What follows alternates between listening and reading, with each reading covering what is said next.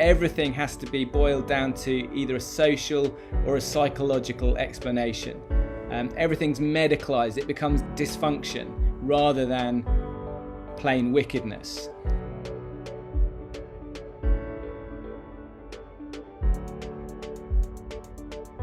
Probably worth us tackling this whole question, which some of us are asking right now, about Satan. Are we really, as 21st century Londoners, are we expected to believe in a personal devil?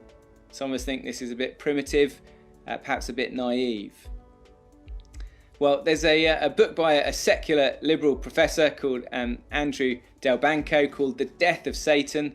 I haven't read the book, but I've read lots about it and the reviews. And the argument of the book is that Western reductionism just doesn't work. And Delbanco says the problem is illustrated for him in a scene in the film The Silence of the Lambs. And in this scene, the FBI agent approaches this imprisoned madman, Hannibal Lecter, this guy who eats his own victims. And she says to him, "What made you like this? What happened to you?" And he's saying that, look, we in the West, we have this reduced view of reality. Everything has to be boiled down to either a social or a psychological explanation.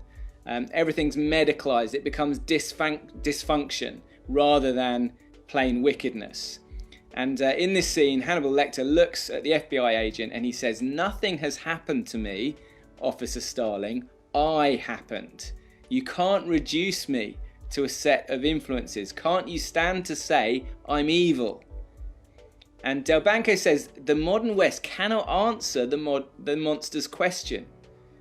People used to argue that racism and violence came from a lack of education and privilege.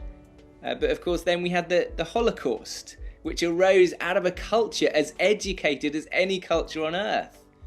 Also in the 20th century we had Marxism, which argued that our problem is social, or if you could just put the means of production into the hands of the workers, everything will be okay. But of course, when that happened, the workers were every bit as violent and repressive as the capitalists. The whole system didn't work. So Western reductionism, Delbanco argues, can't account for the depth and the pervasiveness of evil in the human heart. Whereas, of course, the Bible's teaching, which explains that there is real supernatural evil, there is a real devil, there is real evil in the human heart, actually this teaching is far less naive and it provides a much better explanation for the world we see around us.